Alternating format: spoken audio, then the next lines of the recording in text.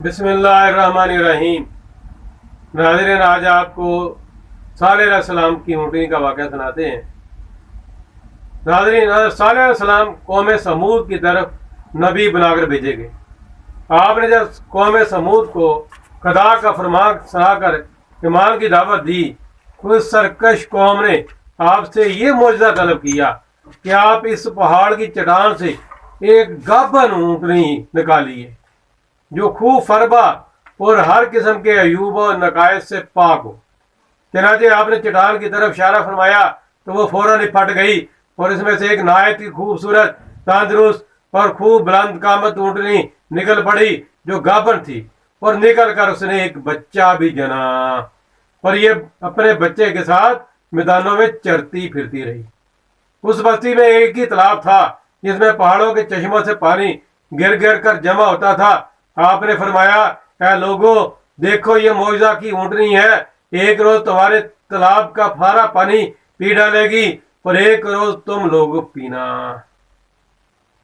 कौम ने इसको मान लिया। फिर आपने कौम समूद के सामने ये तकरीर फरमाई जिसका जिक्र पारा 8 सूरह अल आराफ आयत नंबर 73 में होता है, जिसका तर्जुमा यह क्या है, मेरी कौम, अल्लाह को पूजो, उसके सिवा तुम्हारा कोई माबूद नहीं। बेशक तुम्हारे पास तुम्हारे रब की तरफ से रोशन दलील आई, ये अल्लाह का नाका है तुम्हारे लिए निशानी, तो इसे छोड़ दो कि अल्लाह की ज़मीन में खाए और इसे बुराई के साथ हाथ न लगाओ कि तुम्हें दर्दनाक अजाब आएगा। चंद देर तो कौम समूद ने इस तकलीफ को बर्दाश्त किया कि एक दिन उनको पानी नहीं मिलता था, क्योंकि उस दिन तालाब का सारा पानी ऊँटनी पी जाती थी। इसलिए उन लोगों ने तय कर लिया कि इस ऊँटनी को कत्ल कर डालेंगे। चनाचे इस कौम में कदार बिन सालिफ, जो सुरख रंग का बुरी आंखों वाला और पस्ता कद आदमी था और एक जनाकार औरत का लड़का था, सारी कौम के हुक्म से उस ऊँटनी को कत्ल करने के लिए तैयार हो गया। हर सालेह मना ही करते रहे, लेकिन कदार बिन सालिफ ने पहले तो ऊँटनी के चारों पांव को काट डाला, फिर उसको ज़बह कर दिया और इंतहाई सरकशी के साथ सालेह से बेअदबाना गुफ्तगू करने लगा। चनाचे खुदावंद कद्दूस का इरशाद है पारा 8 सूरह आराफ में, जिसका तर्जुमा यह है कि पस नाका की कुच्चियां काट डाली और अपने रब के हुक्म से सरकशी की और बोले, या साले, हम पर ले आओ जिसका तुम वादा दे रहे हो अगर तुम रसूल हो। तो कौम समूद की सरकशी पर अज़ाबे खुदाबंदी का ज़हूर इस तरह हुआ कि पहले एक जबरदस्त चंगाड़ की खौफनाक आवाज आई, फिर शदीद जलजला आया जिससे पूरी आबादी अतल पतल होकर चिकना चूर हो गई। तमाम इमारतें टूट फूट कर तहस नहस गई और कौम समूद का एक एक आदमी घुटनों के बल औंधा गिर कर मर गया। कुरान मजीद में इरशाद होता है पारा 8 में सूरह आराफ में, जिसका तर्जुमा यह है कि उन्हें जलजला ने आ लिया, सुबह को अपने घरों में औंधे रह गए।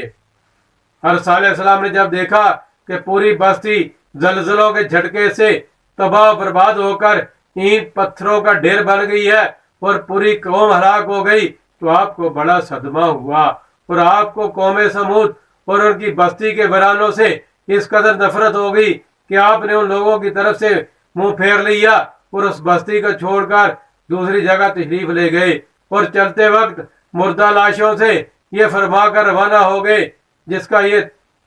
पारा 8 सूरह आराफ में जिक्र आता है कि आपने कहा कि ऐ मेरी कौम,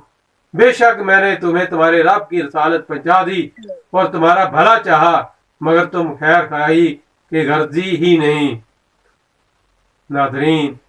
मुख्तसर बात ये कि कौम समूद की पूरी बस्ती बर्बाद और खंडर बन गई और पूरी कौम पनाह के घाट उतर गई कि आज उनकी नस्ल का कोई इंसान रुए जमीन पर बाकी नहीं रह गया। नाज़रीन, इस वाक़े से हमें ये दर्स इबरत मिलता है कि जब एक नबी की ऊँटनी को कत्ल कर देने वाली कौम अज़ाब इलाही की तबाहकारियों से इस तरह फना हो गई कि उनकी नस्ल का कोई इंसान रुए जमीन पर बाकी नहीं रहा, तो जो कौम अपनी नबी की आल औलाद को कत्ल कर डालेगी, भला वो अज़ाब इलाही کہ قہر سے کب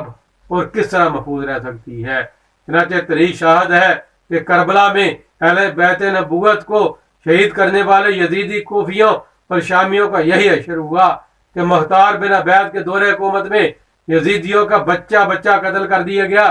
اور ان کے گھروں کو تحت و تراج کر کے ان پر گدھوں کے ہل چلائے گئے، اور آج روئے زمین پر ان یزیدیوں کی نسل کا کوئی ایک بچہ بھی باقی نہیں رہ گیا۔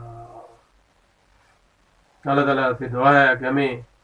نبی کریم صلی اللہ علیہ وسلم کی پکی اور سچی محبت نصیب فرمائے، آمین۔